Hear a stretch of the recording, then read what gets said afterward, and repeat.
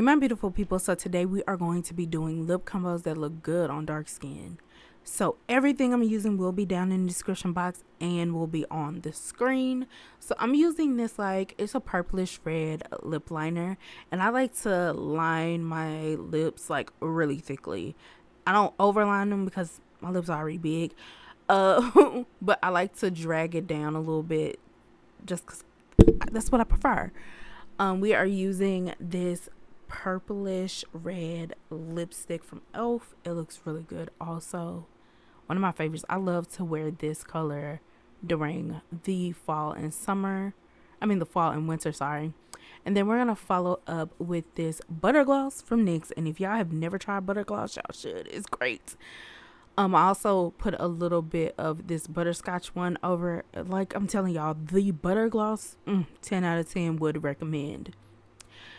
For this next look, we're going with more of a reddish orange tone. So we are going to line our lips once again. Like I said, all the products will be on the screen and in the description box. And I'm just lining my lips, bringing it down like I like it to because it looks so good. We're going to do this one a little bit different. We're going to put the lighter tone on the outside and put the darker tone in the middle. You won't really be able to tell, but it does create some dimension there. This looks purple on screen, but it's more like of a burgundy red, and that's why I put it close to the middle. Oh, that looks so good. That's so pretty. Next, we are going to do a brown lip. Y'all, brown lips are my go-to. Okay, brown lips are my go-to. So once again, bringing that liner in. I love this. Okay, I love this. This is my go-to. If I went to into the office every day, I would totally wear this lip combination all the time. I'm using this.